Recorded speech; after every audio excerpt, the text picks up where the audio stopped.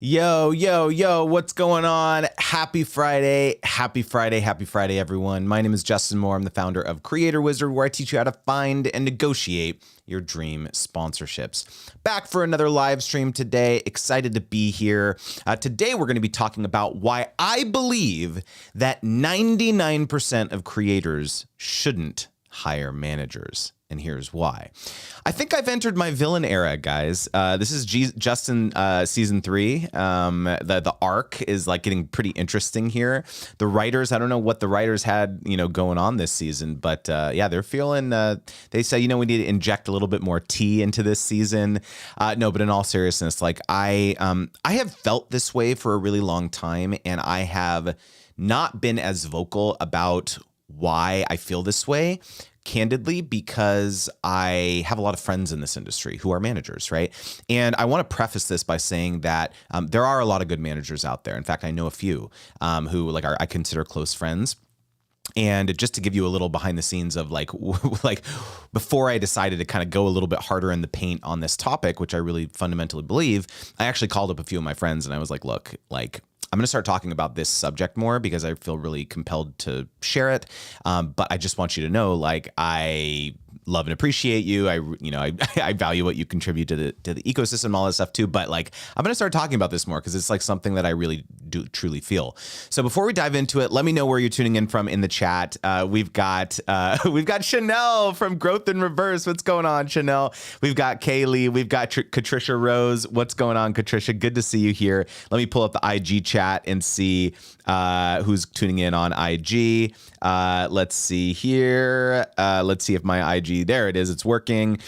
We've got SSI Predator tuning in, Stoned Leaf Baby. We've got, let's see, Rock 32 tuning in on TikTok.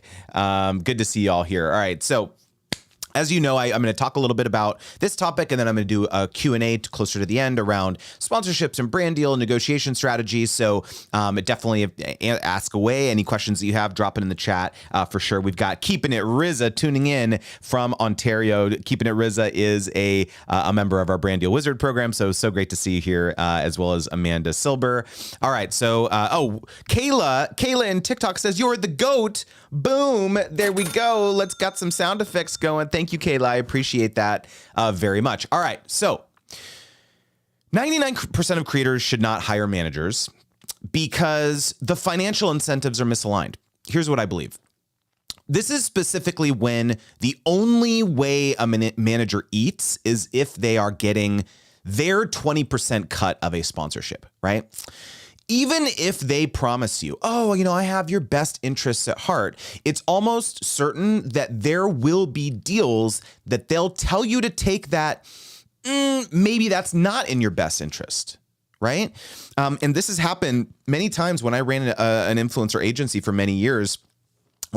This is a gripe that I've heard when creators had bad experiences with managers, that they felt pressured. There were these deals that the manager would just continue to push on them. Hey, you should take this. Hey, you should take this. This is a good deal, this type of thing, when it didn't feel aligned with their content. It didn't feel as though it was the right, fit for their audience. It wasn't valuable. And yet again, because the manager only ate, when that, creator did a deal, then there was just this really weird and tricky relationship. You almost feel bad continuing to say no. And some creators have confided in me that they actually did take deals because they just felt so bad saying no over and over, right? And so they wanted to keep the manager. They didn't want the manager to leave and be like, peace, you're saying no to all these deals, so I'm going to go find someone else who's going to take these deals. And so they accepted deals that they weren't comfortable with or weren't a great fit for their audience. Do you ever want to be in that scenario as a creator? You definitely don't. Right? That's a really, really tricky situation. We've got Trish the Natural tuning in here from St. Louis, Missouri. Good to see you here. Ramen Razi. We've got the Finch fam. Joyce Treasures. Good to see you here. And Kayla in the chat says, "Hey, I've been pitching and negotiating by myself." Yeah. So another thing here. So 99% of creators should not hire managers because you are building their Rolodex, not yours. Okay. Let's say that you do hire a manager. Okay. And maybe you start getting some deals, right? That's why you hired the manager in the first place, right? But you're thinking, I'm creative. I just don't really, want to handle the business side of stuff, right? And again, that's why you hired the manager. And so the manager is not CCing you on these emails because you said you didn't want that, right? And so let's say you do a few deals, you get paid, no problem, right? But then maybe you get into a dicey situation with your manager where you have a disagreement, right? They want you to take a deal that you don't want to take, like we were just talking about, right? They get pissed off, you're annoyed, but you brush it off, right? Then over the next few weeks and months, you start hearing from your manager less and less. They're sending you less and less deals, right? Maybe you still get one every now and then, but there's a noticeable decline, right? And you start getting even more annoyed. You tell your manager that they're not pulling their weight. Then they get even more pissed off and they tell you, maybe it's best that we don't work together anymore. And you say, fine. And they say, fine, right? And then there you are. Your manager lists, right? With absolutely no connections to those 10 brands that you worked with over the last year. Do not make this mistake. This is something that I hear constantly is that basically you are building a book of business for someone else, right? And so that person also has, probably 9, 10 other people on their roster. If it's a large manager or a large agent, they probably have a lot more than that, right? And so like what oftentimes happens is that, okay, let's get some tea. Like we're just getting into it. Ready? This is what sometimes happens when a deal comes in. So you sign with the manager. They say, okay, you need to put my email address in your bio as the contact email, right? And so whenever a brand is reaching out about a partnership, then they're the person getting the email, not you, right? Because you said you didn't want to be bothered. You want someone else to handle the business stuff. And so this is what happens. If that manager also has another book of other creators on their roster, I have seen this, I can't tell you how many times, where the manager, I remember I ran an agency, I was reaching out about inquiring about a specific creator, and they say, oh, thank you so much for reaching out. I also have these 5 or 6 other people that I think would be really good for this opportunity. Remember, that brand or that agency reached out for you. And so what happens when, I'm here sitting as brand or agent, a brand or, advertising agency, and I have, let's say 50K or 25K or whatever the budget is, and your manager immediately is pitching other people for this opportunity. You're thinking, oh yeah, actually that person's a better fit, not you, not this person that I originally reached out to.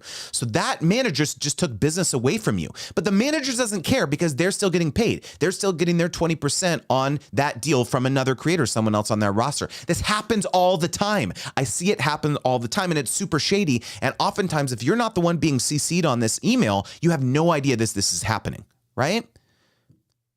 This happens. I see it happen all the time.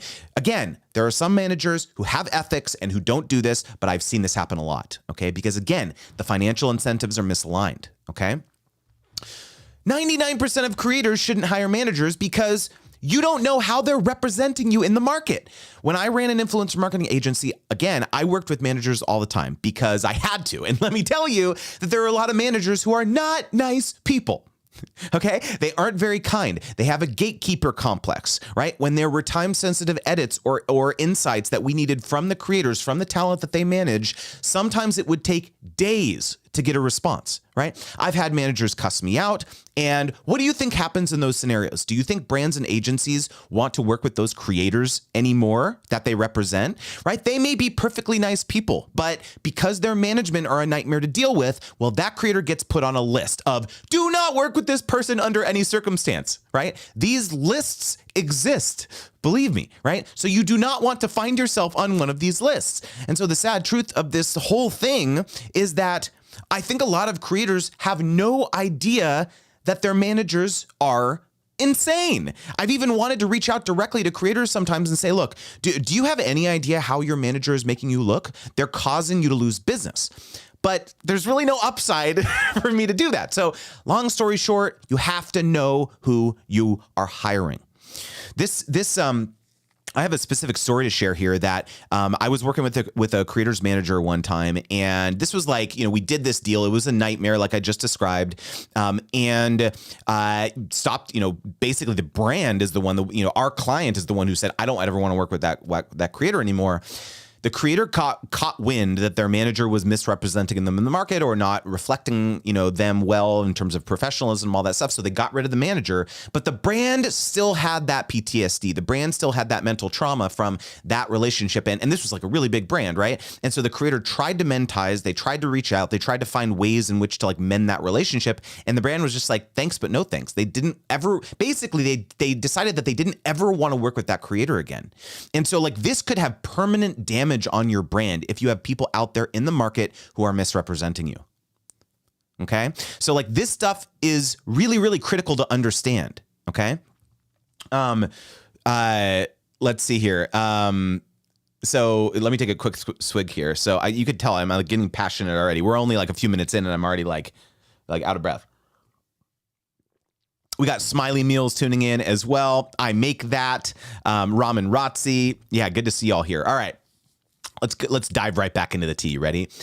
99% of creators shouldn't hire managers because you are robbing yourself of an education, okay? Your number one job in the early years of growing is to understand how this ecosystem works, okay?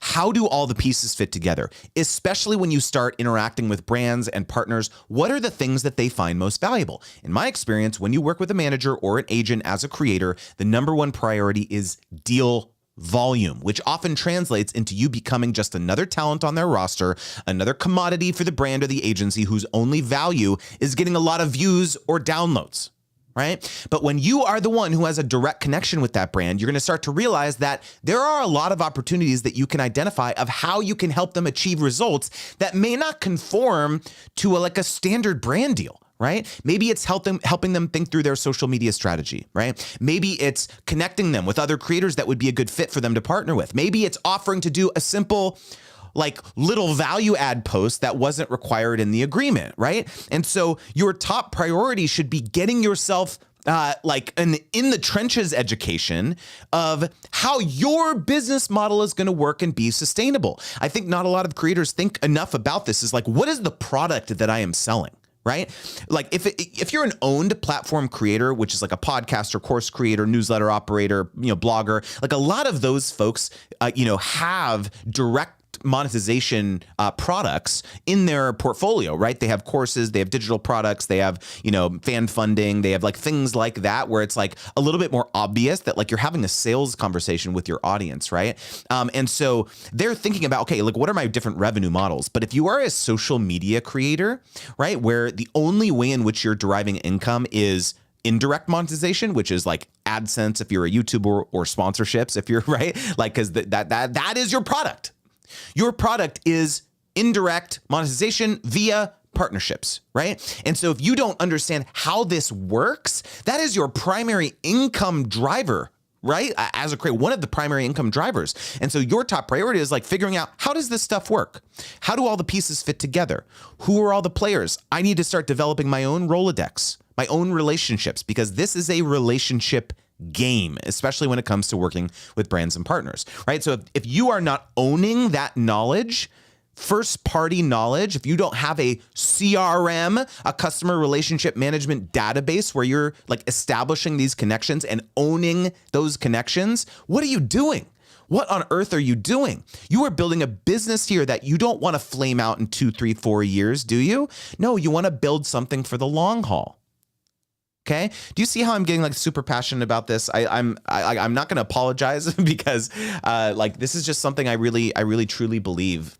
And I have one more point here that I want to hammer on before I'm going to dive into the Q&A. Okay. 99% of creators should not hire managers because there are other higher leverage people that you should hire instead. Okay.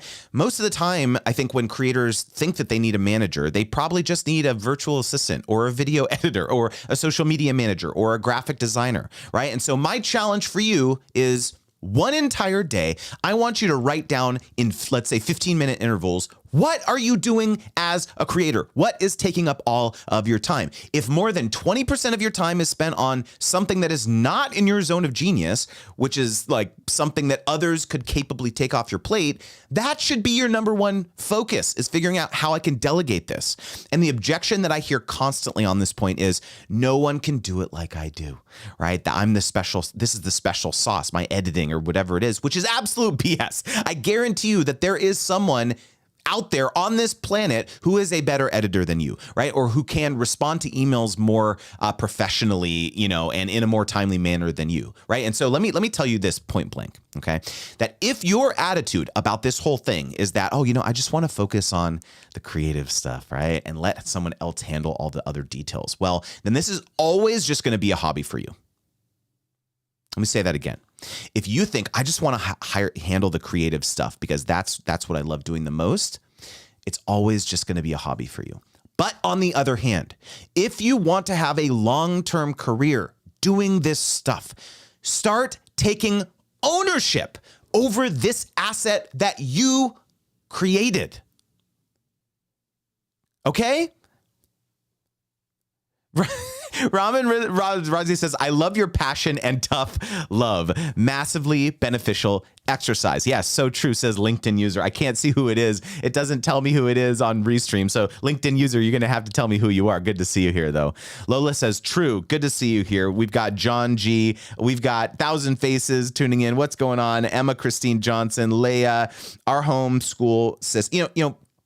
I want to talk about something here about this idea that I think a lot of creators feel as though my path to riches, my path to success is going to be, all I need to do is get on the radar of a manager, get on the radar of an agent, of someone who's going to help take my business to the next level.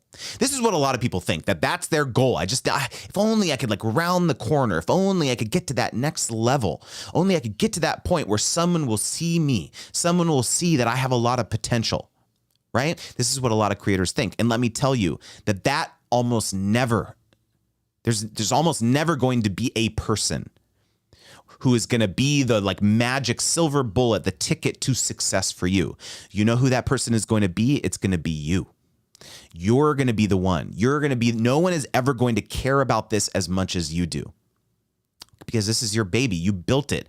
You do have the special sauce. You do understand your audience. You do have that connection. Right? Shannon Skip to My Life says, diversifying with saleable products that take more time to develop and implement. Makes sense to partner with a part-time person to help with brand communication. That part takes so much time. One thing that I want to clarify here is what I'm not saying is don't hire people. That's not what I'm saying. Okay. What I'm saying is that there are other higher leverage, higher value things that you need to fill first. Okay. Hey, if you move on to maybe having 1 million, 10 million followers, whatever, and you have this huge media empire and all of these things that you want to do in your life, do in your business, do in your career, fine, hire a manager. That's great. Like I said, I know some amazing managers, right? But I am saying that 99% of creators were never going to get there, are never going to get to that point where they need someone to do that for them. Right? 99% of creators are always going to be either a solopreneur. It's either just going to be you. It's going to be between 1 and 5 freelancers, 1 to 5 employees. Right? And you should be the salesperson. You need to be the chief person who is advocating, the chief evangelist for your own business, the chief person who is on those phone calls with brands, the chief person who is closing those deals. Because believe me, you're going to get higher deals and you're going to get more deals when you are the one closing that business. And so if you can figure out a way in your business to allocate time to do something like that while still being able to maintain your creative headspace and be able to have the time to make the creative content that you want, I guarantee you that balance exists. But there may be some other creative tasks that you do need to outsource to make space for that. Aunt's BBQ Cookette says, I've had a great experience with my manager. Saves me a ton of time and no strings attached. They keep what they kill and they don't touch my current and ongoing relationships that I started previously. Amazing. That sounds like an ideal experience in relationships. I'm so thrilled to hear that for you, Aunt. And so, like I said, it's not for everyone. Sometimes it's a great experience and that's fantastic. I'm so thrilled that you were able to find someone that, that you have a great relationship with. That's amazing. Exploring the Foreign says, I was speaking to my friend earlier this week about the idea of hiring a manager, and she recommended I watch this today. And it's so timely. I'm so thrilled to hear that. Great to see you here, Exploring the French. Please let me know your name so I can know your name and call you by your first name. Shannon says, that being said, we absolutely need to know the ins and out of the financial transactions in our business. Thank you so much for bringing this up, Shannon. So, by the way, real quickly, shout out to Shannon, who's an alumni of my Brand Deal Wizard program. So the reason I'm so thrilled that you brought this point up here is that I think one of the other massive risks of outsourcing all of this business stuff to someone else, is that how do you know whether this advice that they are giving you is good or not? So let's say that they're handling more than just brand partnerships and brand deals and sponsorships and all this stuff too. But they're also telling you, hey, you should be releasing this product, or you should write a book, or you should go on tour, or you should make a course, or you should blah, blah, blah, blah, blah, blah, blah. If you do not understand intimately the psychographics of your audience, if you do not understand intimately where you want to see yourself in 5 or 10 years, how do you know whether this short-term decision that you need to make, that this advice that they're telling you to do, that they're giving you, is the best decision for you? Unless you invest in your knowledge, you educate yourself around, like, okay, what does my business look like? I think this is one of the biggest challenges for a lot of creators, is they don't think about themselves as a business. Oh, they're just making side income. Maybe it's a side hustle. They still have their full-time job, and yeah, they're starting to make income, but they didn't get into this to be a business. In fact, probably the reason that they're doing this is to escape all that, escape the stress in their 9 to 5 or whatever. And this became a creative outlet for them. They got into it for the love of the craft, right? And so this idea about making it a business is distasteful for a lot of people. It's like the gag reflex. It's like, that's what I don't want. Like, that's why I'm doing this, is because I wanted to escape this, right? But real quickly, you'll probably start to realize that, like, hey, maybe this could be a thing. Maybe I could do this full time. But doing it full time is very different than like having a guaranteed paycheck at your 9 to 5, where you're just getting the same amount, W-2 income. You're getting that deposited in your bank account over, every single 2 weeks, and you don't have to think about that, right? But if you do really at some point want to have you have the desire to, like, maybe do this creative thing, this thing that you're building over here full time, well, you have to have that same level of certainty and systems and processes in your business to be able to have that guaranteed income that's coming in all the time, like your 9 to 5. How do you design that? Well, if you don't learn about it, if you don't educate yourself, then you're never going to have that certainty, right? So I get really passionate about this topic because a lot of people say, man, you and your wife, you've been doing this full time for almost a decade. Like, I quit my full-time job in 2014. My wife quit hers in 2012. So she's been doing it 11 years. I've been doing it like almost 9 years. Like, that doesn't happen by accident. It doesn't happen by accident. Like, you have to intentionally craft the career and the business and the life that you want by intentionality. Right? Can any of you identify, does this resonate with you? Please drop it in the chat. Let me know, because I feel as though, like, this is maybe an unpopular thing to say. Oh, follow your dreams, follow your passions and all that stuff. And that's great. That got you to where you're at, but it's not going to get you to where you want to be. Let me just tell you that. Okay. Why do you think that this is like a really common thing that happens, like with startups, right? Like, you have a founder who's a visionary, and maybe, they're able to, take it from 0 users to 1 million or a couple million or a couple hundred thousands or something like that. But they get investors, and then what happens? They replace the CEO at some point, because what took them from 0 to 1 is not going to be the thing that takes them from 1 to end. Someone like Mark Zuckerberg or something who is still around, 10 decades after the company was founded, that is the exception. It's not the rule. right? And so if you do not want to be replaced, if you want to maintain this like, solopreneur business or this, kind of small business that you're creating, there's contrast that. If you look around and look at all the small businesses in your local community in this country, let's say in the US, for example, like the vast majority of businesses are small businesses with less than, let's say, 25 employees or something like that. Like that is what's thriving in this country, is those types of businesses. And you can be that. You can develop a really great and amazing business and life for yourself, but you have to do it with intentionality. It's not just by accident. You can't just stumble into this. Okay. We've got a question here. Stone Leaf Baby says, this is what people need to listen to because it's straight facts. Thank you very much. I appreciate you so much. Definitely resonates with me as I'm watching this and focusing on the topic. Aurora's makeup box says, I'm definitely looking to turn my passion and ideas into a business and get paid for content, then teaches others. That's amazing, Aura. Love to hear it. I am going to take a sip. Lola says, to be able to do it yourself first before hiring someone else. I completely agree. If you're not interested in the business side, you're not going to be able to scale. Exactly. And so like what I'm hoping you hear, is there will be a point. There could be a point. You could scale this into to a point where what you are focusing on is primarily your zone of genius. In fact, this is kind of the place that I'm at right now in my Creator Wizard business. I have identified like what I am now the bottleneck from certain things in my company. Right. So like if you look at all of the different things that I am posting under the Creator Wizard brand across on the internet, it is a lot of stuff. Right. I've got my YouTube. I've got my podcast.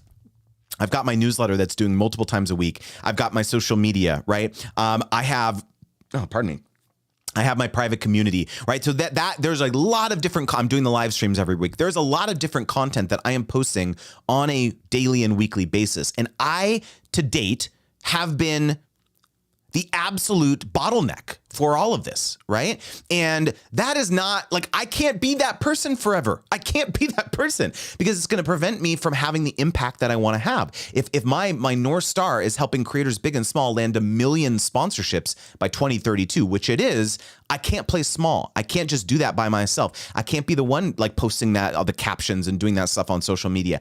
I have to hire someone to help me with that stuff. And so what I'm hoping you hear from this is not don't hire people. In fact, it's the opposite. It's that you have to identify and understand what is your zone of genius. And then at some point,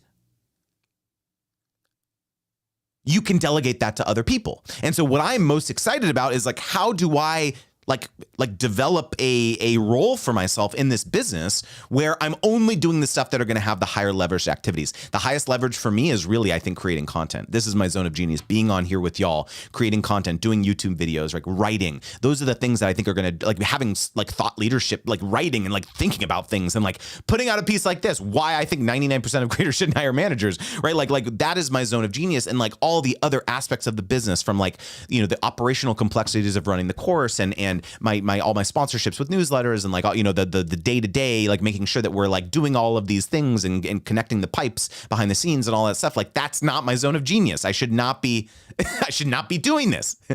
Right. And so like at the end of the day, my goal now, 3 years into the business basically, is like what is going to take me from like N or like 1 to N now, right? And what A players do I need to bring onto the team to help me make that happen? And so what I'm imploring you here from this live stream, what I'm imploring you here from this conversation is like, where are you at right now? Okay. Because if you think that the magic bullet, the ticket to success is going to be hiring a manager, right? They're going to do all the business stuff. Let me remind you that it's the business stuff that's going to be the engine for you to have the largest impact. So you have to understand what is your product and how does your sales engine work. And if you don't understand that, then you absolutely cannot outsource that. Okay. So Yeah. Chanel says, I'm so happy you're not playing small anymore. I appreciate that, Chanel. That if you guys don't know Chanel, you absolutely need to subscribe to her newsletter. She has a newsletter where she reverse engineers how creators have grown to 50,000 subscribers. And so and she does these unbelievably in-depth, like deep dives on people. So you absolutely need to like follow her, subscribe to her. I'm going to get there. My newsletter's at 30K. So I'm coming for you, Chanel. All right. You ready? You ready for this? Arkway says, just signed up for the Creator Wizard course. I am looking forward to begin the program in a few weeks. Holy cow. Boom. I am so excited to work with you. That is super exciting. Molly says, I used to think I needed a manager. Turns out all I actually needed was to take Justin's course. Holy cow. That is incredible. You know, I'm going to screenshot that one, Molly, because that's a great like comment. Holy cow. I feel like you're like one of the most quotable people all the time. I'm going to hold on. I'm going to bring this up on the screen. Everyone needs to see this. Dude, this is hilarious to me. Oh my God, that's so funny. Thank you, Molly. So good to see you here. Ramen Rati says, when is your next cohort? I couldn't get into this recent one. I know I need to save up for the next one because I know it's going to change my life. So I candidly do cohort number 10, the live cohort. Candidly, I'm not sure because usually I do it 3 times a year. In the summer, which is this cohort that's about to close, and then I do my fall cohort, which is October, November, and then usually I do for the live cohort, I do a winter cohort, which is February, March timeframe. But here's the honest truth: I have been, as you know, I've been running this 3 times a year for 3 years, but 2.5 years basically, like I have these really large projects, these really big goals and dreams that I want to accomplish that I have not had the time and space to be able to do. For example, I really want to write a book. I really want to write the definitive book on sponsorship strategy or the definitive book on partnerships. And it's just it's going to be really difficult for me to do that if I continue to do this like live cohort 3 times a year. And so I'm considering not doing the cohort number 10 in the fall. So I may probably push that to the winter. So I'm not totally sure, but like that's kind of where my head is at right now. Let me take a swig.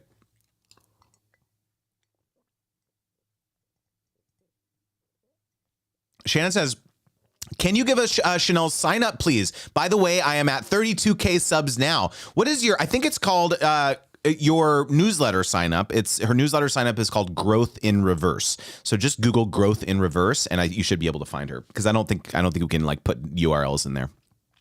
Lola says, I'm definitely buying your book whenever it comes out. Thank you, Lola. That's so kind of you. I got some really interesting advice yesterday. I've been having some like really interesting conversations because I was at the Craft and Commerce conference last week and I met some like unbelievable people. People who are like really big public speakers, people who have, published authors, New York Times bestsellers, like all sorts of really fascinating people. And one of the people that I networked with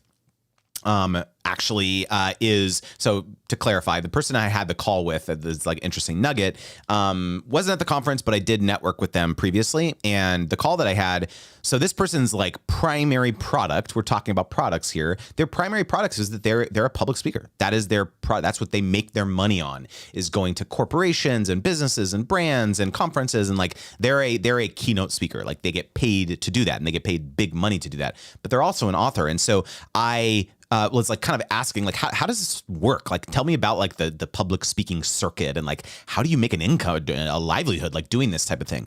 And so the really interesting like insight there was that there's basically 2 types of speeches that you can give you have to pick your objective basically. So if your objective is to make income, to make a livelihood as a public speaker, then you're likely going to have 1 or 2 signature talks that are generic enough where you can package it to a point where it's universal.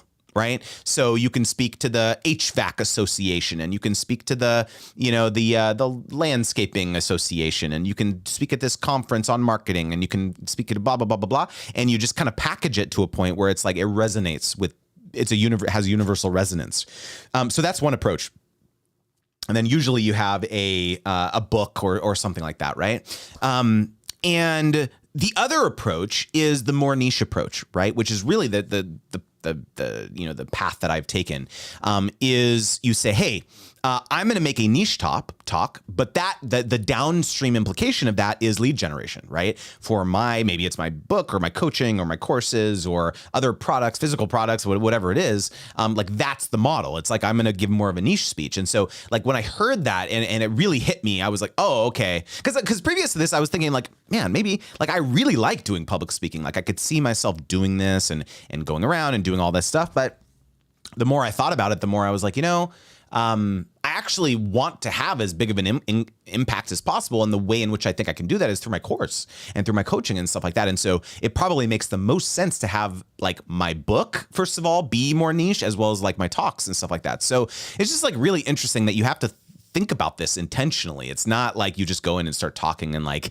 this type of idea, because it's not going to apply to as many people as you'd want it to if you're trying to get into the airport with your book or something, right? Like this is like a thing. It's like, do I want an airport book, or do I want something that's an extended business card? So I just think it's like really fascinating as I get like further and further into this industry of like, kind of you have to think about this stuff in a little bit more detail than you may have considered. So yeah, let me know in the chat what your questions are around sponsorships and brand deals. Molly says, oh yeah, you got to add that one to the Molly's testimonials folder. Yeah, I definitely do. Chanel says, oh, you're too kind, Justin. Heck yeah, I'm ready. Yes, let's do that. I'm ready for the profile soon. Appreciate you.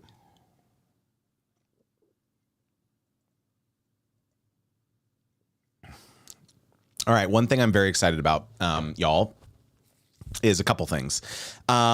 So I have some new Creator Wizard videos coming out that I'm really, really excited about. And I think I've mentioned before that I've started doing these public coaching calls where if you, I offer basically a 50% off my normal coaching rate if you let me record it and eventually share it on social media.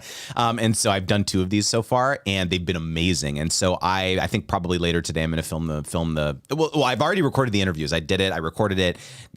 Like each of the 2 coaching calls were like super different and really exciting. But what I'm going to do is I'm going to film some A-roll basically as packaging. So it's like setting it up, like, okay, like here's this creator, like here's what we're going to expect, like this type of thing. So once I did that, I'm going to throw it over to the editor. Yeah, I'm really excited to see how these turn out. The other thing that I'm really excited about, and this is the first time I'm announcing this or talking about it, is you probably know, if you're on my newsletter, you probably know that I recently forged this partnership with Fiverr. And they are, basically they've been a newsletter sponsor of my community and all this. And they have this influencer program that they're promoting. That's like what they want to share. They want to get more creators to join their influencer program. And so I pitched this idea to them. I said, hey, what do you think of the idea of roasting my negotiation with you? Basically, I'm going to like share it all. I've decided that I want to start this series of like anytime that I get sponsored, if the sponsor is open to it, I want to like interview them and like say, hey, how are my negotiation skills? I'm going to share the proposal that I put together for them. I'm going to share the deal that we ultimately forged. I'm going to share kind of the back and forth and some of the roadblocks and the objections and the hesitations. I'm interviewing like the influencer marketing manager that I ultimately made the deal with. I do not know how this is going to turn out. I'm sure not every brand or sponsor is going to agree to something like this, but Fiverr so graciously agreed to doing this. And so are you guys ready for this video? Because I think it's going to be pretty dope. You're going to see, I'm going to have that humility and let myself get roasted by a brand. So I think it's going to be really fun. So yeah, let me know in the chat if you guys are excited about that one. I think that's going to be a good one. Let's see here. Let's see. Stone Leaf Baby says, just recognize I was already signed up for the Creator Wizard newsletter. Boom. Appreciate you. That's amazing. All right. We got a question here from, let's see, from Sabrina Jardina. I think that the biggest call for creators to using agents is the "I can get you more money" phrase. I was with an agency for a short month. Luckily, I only signed a month to month because the communication between myself and the brand and the agent was like a game of telephone. Many wires crossed, and I believe it negatively affected my image. But even after a not so great experience, I still have other offers on the table from agencies claiming to get me more money, and it's still enticing. What is your opinion on the truth of agents and being able to negotiate higher paying deals? So I'm really glad that you brought this up, Sabrina, and I appreciate you like flagging this aspect of the conversation. So, is there any validity to managers or agents saying, "Hey, you should sign with me, creator, because I can get you paid more"? And let me give you the whole cold hard truth about that. Number one, let's talk about the truth of that. Like, if they're more experienced negotiating deals, if they're a good negotiator, then yeah. Like, if they understand how to put packages together and they understand what the brand's objectives are, and they can understand how, like, their talent or you as a creator can best serve them, then like, yeah, maybe they're going to be able to negotiate better deals for you. However, who's to say whether you can't learn those negotiation skills as well? This is what I teach as a coach. This is why I have courses, right? And so like, this is the goal of like what I'm trying to like get you as directly to the source as possible, because the more people that have their fingers in the pie, the more people that are liaising on this deal, the game of telephone, right? That happens. Oh, hey baby, what's going on? Come on in. You want to close it because of the dryer? Yeah. How's it going? Come on here. We got the cameo. Hi, friends. Come here, baby. Sit down. Hi, friends. How are you? We're talking about why 99% of creators shouldn't have managers. Ooh, the tea is piping. The tea has happened. See, the hypocritical thing of all this is I've been April's manager for 10 years. But it's in-house, you know what I mean? You know what I mean? Like, we're keeping it in the family. Yeah. How are you, baby? Good. How are you? I want to read some comments. Yeah. Hi, Sheetal. Hi, Smiley Meals. London visited. Whoop, whoop. Hi, Leela. KMH family is Hanadi. KMH family. How are you? So what are you up to, Boo? Did you just do a live? No, I didn't do a live. I was doing workbooks with the kids. I kept the kids home because I'm caught up with work, and so I was like, let me just keep them home. I like being with them. Let's see. Oh, we got Lola on the TikTok over here. Let me see. Hey, Lola. Hey, Mama Mia, it's Kia. Hey, Mama Mia, it's Kia. So what are your opinion on hiring managers, Boo? My opinion on hiring managers? You had a manager way back in the day before I managed you. How was that experience? I don't know. No comment. I would like to say that the best manager is yourself. Being able to manage yourself, being able to keep the contacts that you've had, even if you were to switch managers. What if your manager went on maternity leave or paternity leave, and then you're switched over to a new person and they don't really know you like that? Or, you know what's also hard? When someone moves, like a PR company or something, they move like to a different agency or something, and then you've like developed that connection with them and they move. That's the same thing I feel with a manager. Like, if they move on, you lose connections and you lose opportunities, and it's hard. So it's better that you learn how to negotiate for yourself. And that's why you take Creator Wizard, right? Yes. You didn't know this, but that was actually one of the points I talked about keeping the connection, keeping the Rolodex, building the Rolodex. Yeah, directly. You're the best advocate for yourself. And honestly, there's always a what if. Like, for me, there's always a what if. Like, how much is that person making off of this opportunity versus how much I'm making? Is it like a 10%, or are they, if the deal is like $25,000 and they say it's $25,000, how much really is the deal? Did they get it for 50? Are they making $25,000 and I'm making 25,000? Like, I'd be curious about that. I mean, like, regardless, like, if I got that deal, I mean, like, I would be happy, but it's like, oh, what if I had done it myself? Would I have gotten more because of all the skills that I have learned through Creator Wizard? I'm just saying, I probably would have had more from it, you know? I probably would have upsold and been like, okay, you get a YouTube video, but you also get this Instagram. Like, you know, like, are the managers doing that upsell, like, just in touch, y'all? You know? Hey, baby. Oh, Sheetal, thank you so much. I'm doing workbooks with Jacob right now, and he's like, "Mom, you better get off this live. You for the kitchen right now, Mom. You for the workbooks. You're not for the sites." Anyways, friends, thanks for hanging out with me, and yeah, I'm gonna go hang out with my kiddos. Bye. Love you, baby. Thanks for the cameo. Yeah, kids are home today. So, I'm trying to remember what we were, Sabrina. Yeah, the point you were bringing up just about like, is it possible to get like negotiate more deals? So let me play devil's advocate here.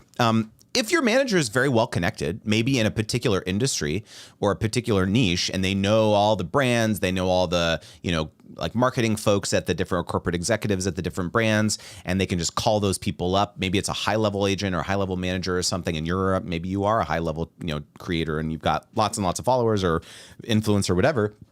Like, yeah, that exists. Like that, like there definitely are situations where like someone is so well connected that they can just get you like larger deals. Like that exists, but that's 1% of creators, which is my point. 99% of creators that is not going to be the reality for you, right? There's just not going to be an advantage to it's going to be very rare to find someone that is like that well connected and like the leverage in those scenarios are like massively weighted towards that manager, not you, because they have the pick of the litter. Basically, they can work with anyone that they want.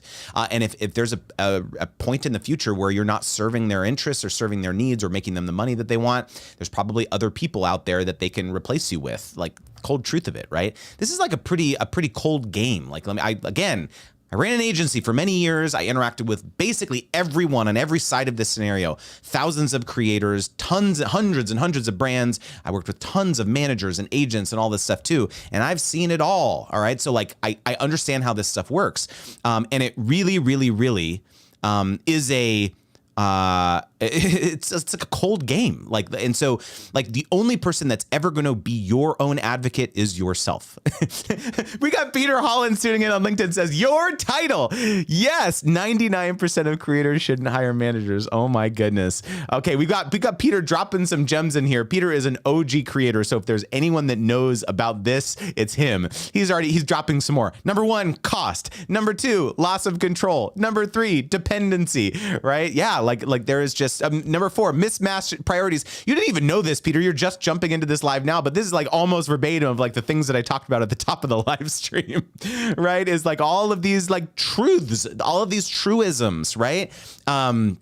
I'm curious, Peter, like I should have had you on. Have you ever had a manager? I'm actually not sure about. I actually haven't known this about you, but let me know if you've ever had a manager because I'd be curious your take. Like I said, part of this comes from the PTSD and the trauma of like us having managers early on in our careers, and like making tons of mistakes.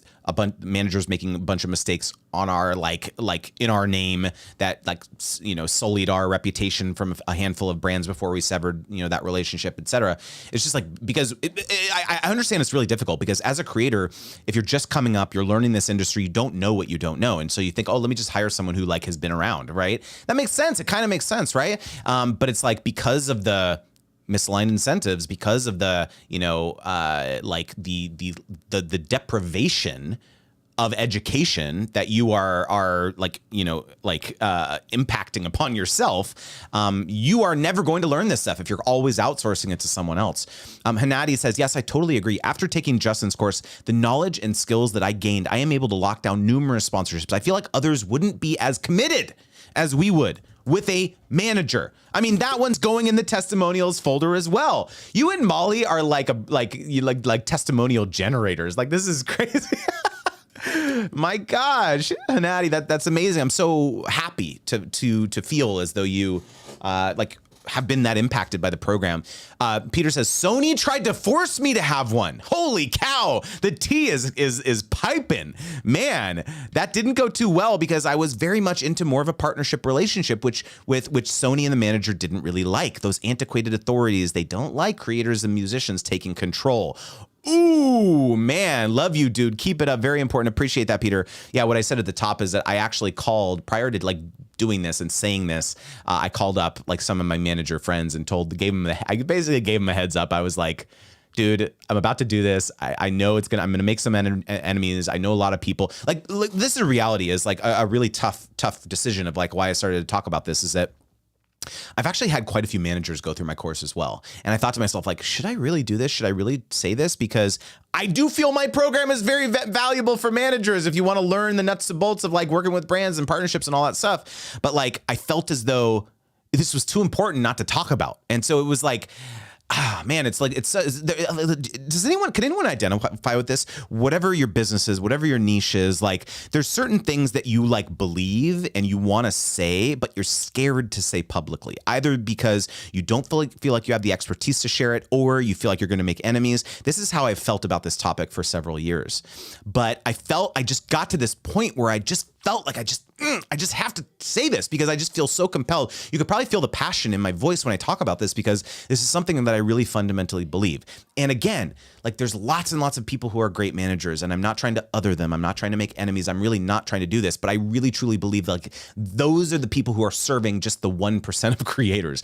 The vast majority of creators out there, like, you need to be your own advocate. You need to educate yourself. You have to invest in your knowledge and your education. And so this is the drum that I'm going to start beating because I really do believe this. I fundamentally believe it. The parallel that I'll draw is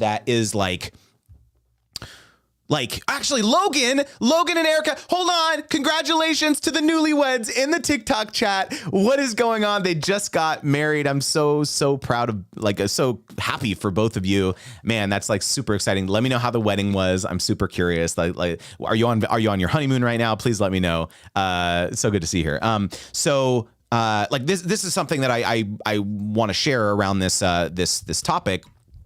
Is okay. Now I've lost like my train of thought. Like I saw Logan here and I got super excited and then I forgot. Logan says it was perfect. Thank you. We leave for our honeymoon in a couple days. Man, that's super exciting. Let me know where you're going on your honeymoon. I'm excited. I think you told me, but I can't remember. The parallel that I was going to draw around managers versus no managers. So anyone who has a financial advisor, or maybe you don't and you're thinking about getting one, there's basically two models for financial advisory. You have the assets under management, or AUM it's called, right? Where they charge a percentage of their assets. So if you have a 401k or something like that, like they charge a percentage of their assets that they're actually managing. So if you have $1 million, they're saying, hey, we're going to charge 1% or 0.5% or whatever it is per year to manage your money, basically, right? Contrast that with something called a fee-only advisor. And so this is an advisor who says, hey, we're not going to actually charge you a percentage of the assets that we're managing. We're only going to charge you a fee, a monthly or annual fee to manage your money. And in those two scenarios, which financial products do you think that either of those two advisors are incentivized to recommend? Because what happens in the assets under management scenario is that advisor actually gets kickbacks from certain funds and certain financial products to recommend that to you and to have your assets in those, have your funds in those assets. Contrast that with a fee-only advisor. What they are going to say to you is they have no dog in this race. They're not compensated based on the products that they're recommending. And so which one do you think is a more advantageous scenario for you?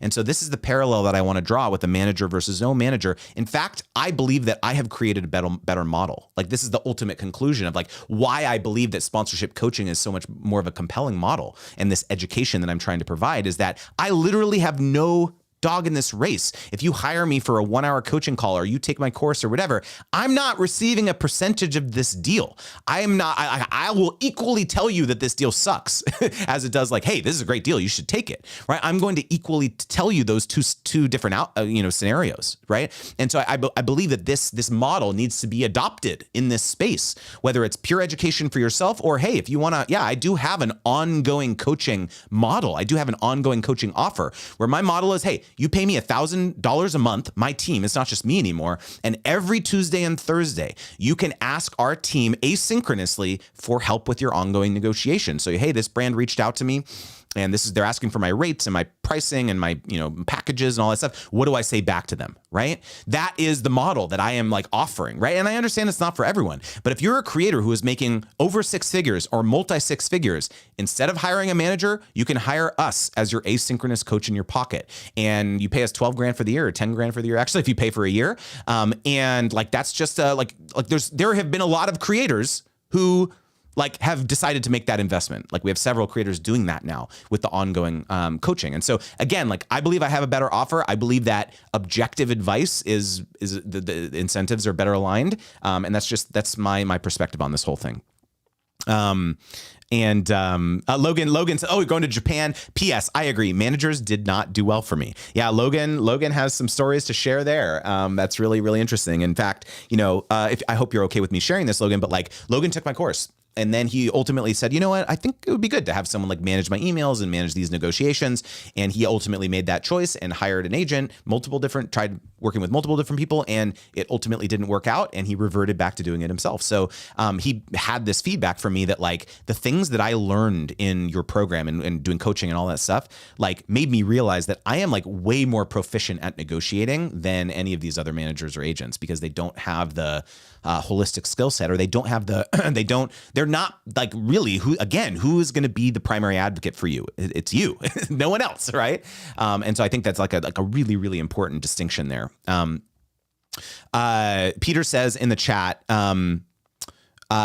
he said, hire a head of operations or an operations manager. Could be a fractionalized arrangement and not a full-time W-2 hire, or bring on a contractor. Maybe it's 10 hours per week, handling tasks such as coordinating collaborations, managing the creator's schedule, or overseeing project logistics. There are no rules. Don't go into being a creator thinking that you need an agent, a manager. It's just hot air. Also listen to Justin because he knows ish. I appreciate that very much, Peter. And 100%, that's exactly what I'm hoping the takeaway here is that I'm not saying don't hire people. I have a team. I have assistants. In fact, I just hired this service. I'm really excited about it, actually. It's called Inbox Done.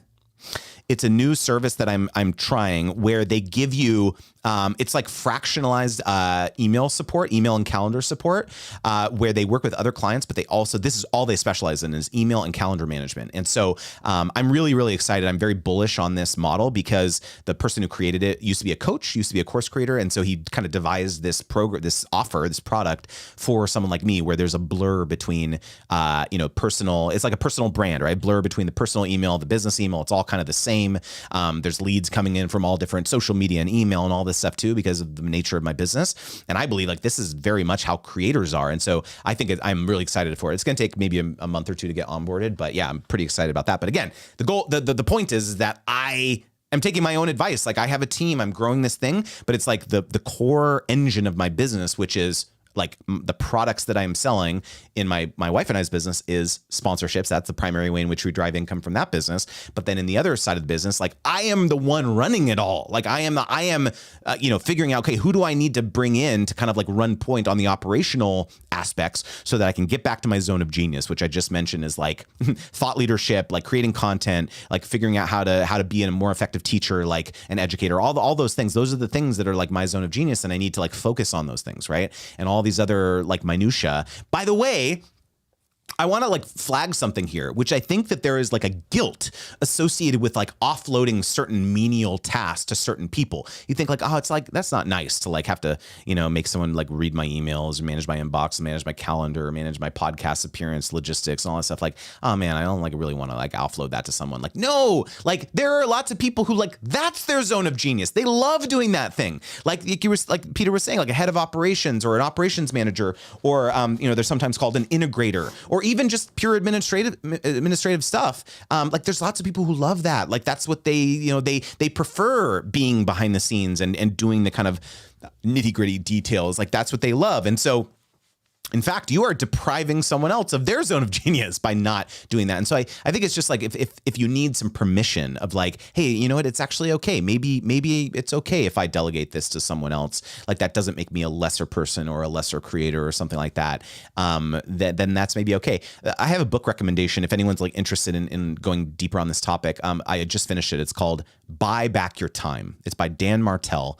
And it really, really resonated with me because for a long time I have felt this way. way. I'm growing and I'm evolving on this journey too. Like I had felt this way that like, oh, I need to do that. Like I need to do this. Like there's these tasks that only I can do. And I still struggle with it. Right. Like I'm a human. Right. But like when I read that book, and he has this exercise that he has you do is like calculating your buyback like number. Right. It's like, okay, like above, like it's basically like an hourly rate, like above a certain or below a certain, like maybe let's say it's $50 for an hour for certain tasks. You're like, okay, I've calculated that like this is what my time is worth, or $100 or whatever it is. And so anything below that value, if I can hire someone for anything less than that number to do that thing and to free me up to do these other things, like I'm going to make that investment all day long. I have to. Otherwise, I'm going to impede growth. I'm going to continue to be the bottleneck in my own business, right? So yeah, any if that like is interesting to anyone, I really would recommend Buy Back Your Time. It's a really good book. I'm gonna take a swig. Let's see. So many people said, I want to learn how to advocate for myself. I am always scared to do that. It's a big barrier for me. Yeah. I think that it's like there is also this like myth, I think, that like having a manager where it's like an intermediary, it's someone who can be the bad guy or gal in tough situations with brands and things like that, like that's another advantage of like having a manager. And I hear that, I understand that.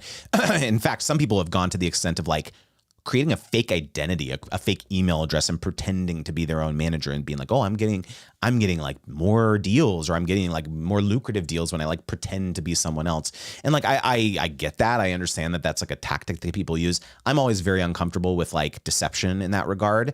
But like my experience set has been that it's actually not that aspect, like having like someone in between, that is the reason that you're getting all these deals and more money and all that stuff. It's because you are illustrating to the brand that you can help give them an outcome, right? Some sort of like, they're trying to accomplish an objective, and you say, hey, I can help you do that in the following ways. In fact, I can actually help you do it in even more of a robust fashion, or I can get you more results, and that's why they're going to pay you more. And so like, I believe that investing in learning how to do that is actually going to make you way more money than deception.